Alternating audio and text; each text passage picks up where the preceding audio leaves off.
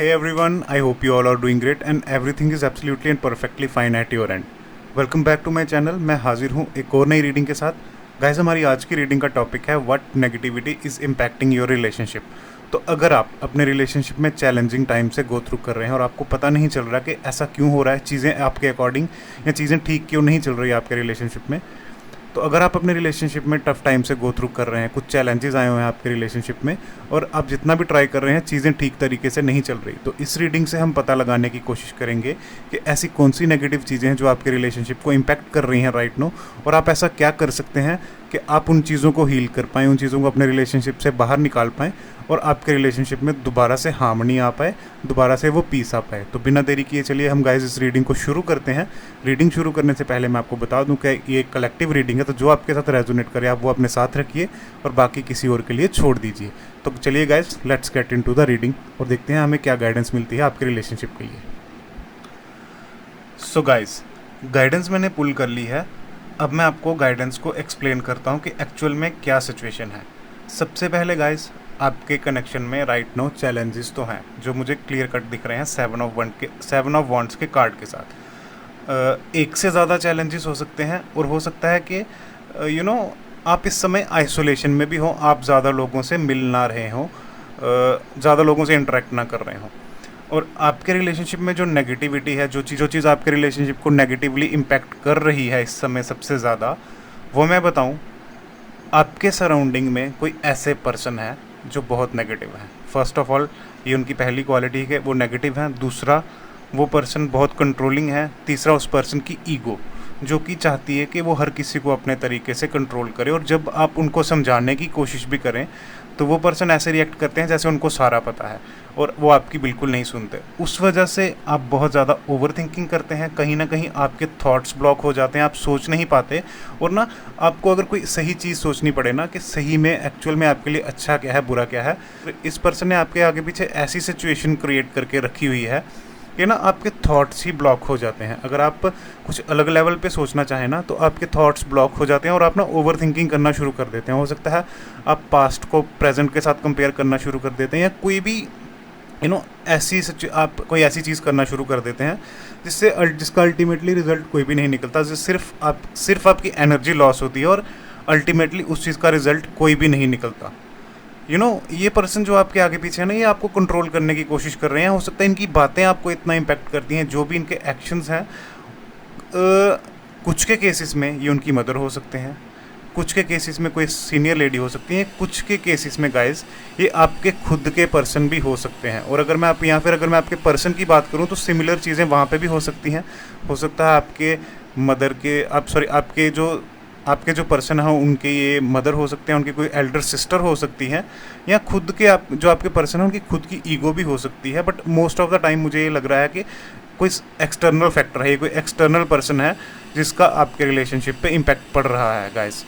तो कहीं ना कहीं इनका इतना ज़्यादा इन्फ्लुएंस है आपके रिलेशनशिप में नेगेटिवली कि आपका रिलेशनशिप आगे नहीं बढ़ पा रहा। आपके थॉट्स ब्लॉक हो चुके हैं, आप अच्छे से सोच नहीं पाते, और ना बहुत ज़्यादा चैलेंजेस आप फेस कर रहे हैं राइट नो अपनी सिचुएशन में। कहीं ना ये जो मेरा डेक है इसके कार्ड्स थोड़े से अलग हैं, तो मुझे जो भी अभी इमेजेस से इंट्यूशन आ रही है मैं आपको बताऊँ तो कहीं ना ये आपके ना सोलर प्लेक्सस चक्रा पे भी इम्पैक्ट डाल रही है, कहीं ना कहीं उस चीज़ को भी इम्पैक्ट कर रही है। बट गाइस, मैं आपको एक चीज़ बताऊं, ये कार्ड मुझे इतना अच्छा क्यों लगता है, बिकॉज इसमें अगर आप देखें तो एक फेमिनाइन फिगर एक सर्कल के अंदर बैठी है जो अपना इनर वर्क कर रही है, जिसको बाहर की दुनिया से कोई मतलब ना हो कि उसने अपने फेस को लेफ्ट साइड किया और सिर्फ वो खुद के साथ कनेक्ट होने की कोशिश कर रहे हैं, खुद को हील करने की कोशिश कर रही है।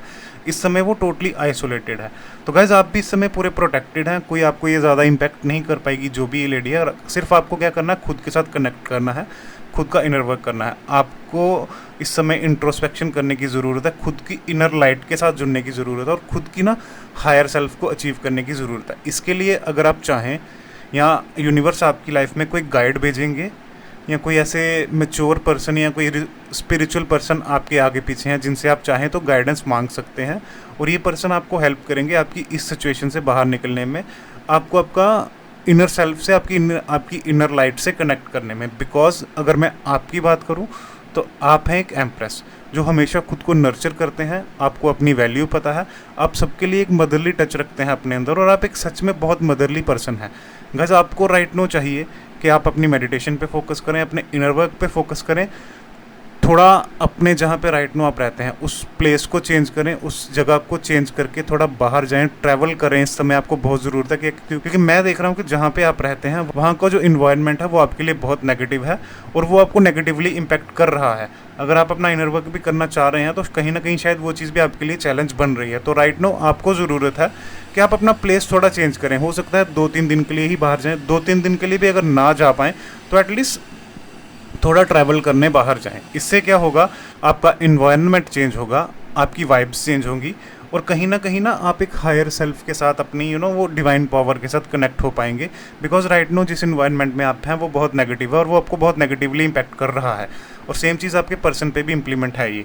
तो गाइस आपको क्या करना है कि अगर आपको इस सिचुएशन से बाहर निकलना, जो सबसे बड़ी ये नेगेटिविटी आपके रिलेशनशिप को राइट नो इम्पैक्ट कर रही है, वो जो ये एक्सटर्नल इन्फ्लुएंसेस हैं, आपको ज़रूरत है या आपके पर्सन को ज़रूरत है इस समय थोड़ा बाहर निकलें उस जगह से, थोड़ा आगे पीछे घूमने जाएं, थोड़ा अपना इन्वायरमेंट चेंज करें और सबसे ज़्यादा अपने इनर वर्क पे फोकस करें, अपनी इनर लाइट से कनेक्ट करने की कोशिश करें। बिकॉज वो एक बहुत इंपॉर्टेंट चीज़ है राइट नो आपको खुद से कनेक्ट करने की और इस जो सिचुएशन है, ये जो इन्फ्लुएंस है इस पर्सन का, इससे बाहर निकलने की। बिकॉज कहीं ना इस पर्सन ने इतना दबा के रखा हुआ है। जैसे देखिए 5 ऑफ सोर्ड्स का कार्ड है, ये मतलब पर्सन ने अपना सिर पकड़ के रखा हुआ और उसके आगे पीछे इतना शोर है कि वो ना समझ ही नहीं पा रहा उसको करना क्या है।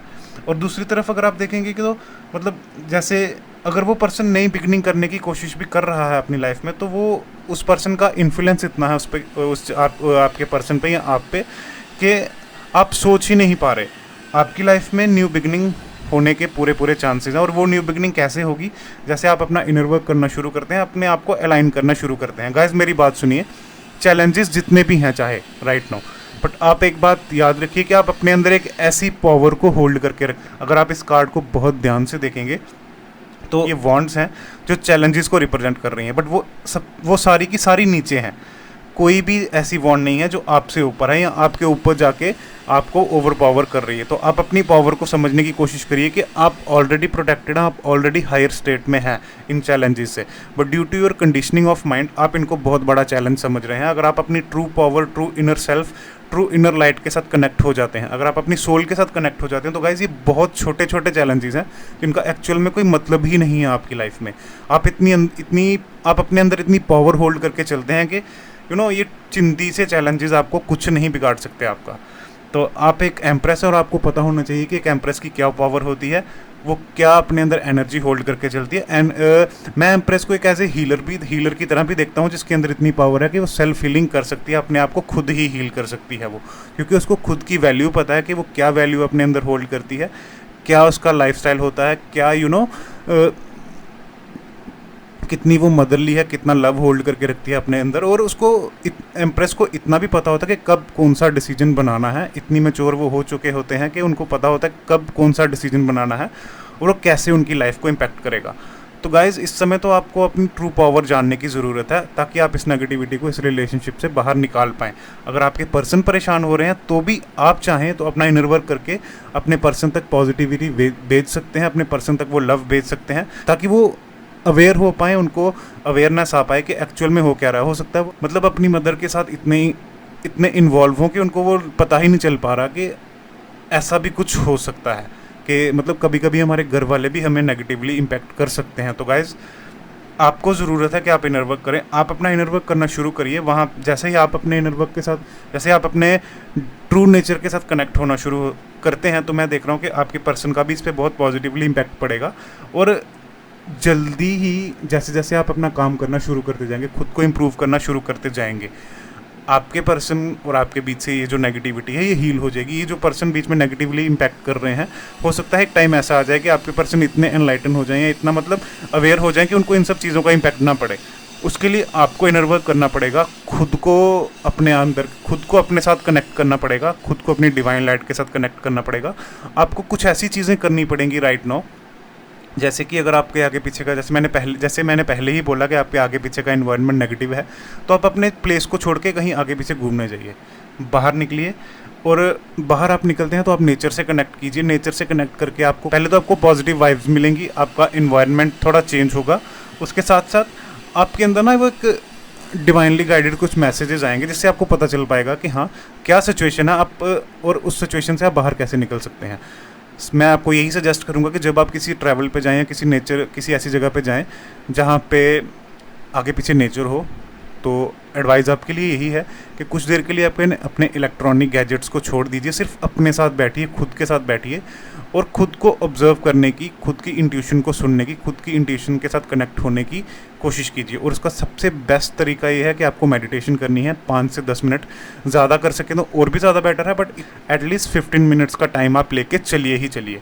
ऐसा करने की प्रैक्टिस कीजिए, रोज़ ऐसा करना शुरू कीजिए 1 by 1, मतलब डेली ऐसा करना शुरू कीजिए थोड़ी थोड़ी देर के लिए। और एक टाइम ऐसा आएगा जब आपकी मेडिटेशन की प्रैक्टिस बहुत ज़्यादा बढ़ जाएगी और आप फोकस कर पाएंगे अच्छे से। और गाइस, अगर आप इस रिलेशनशिप को चाहते हैं कंटिन्यू करना और अगर इस नेगेटिविटी को अपने रिलेशनशिप से हटाना चाहते हैं तो आप मेडिटेशन करना शुरू कीजिए।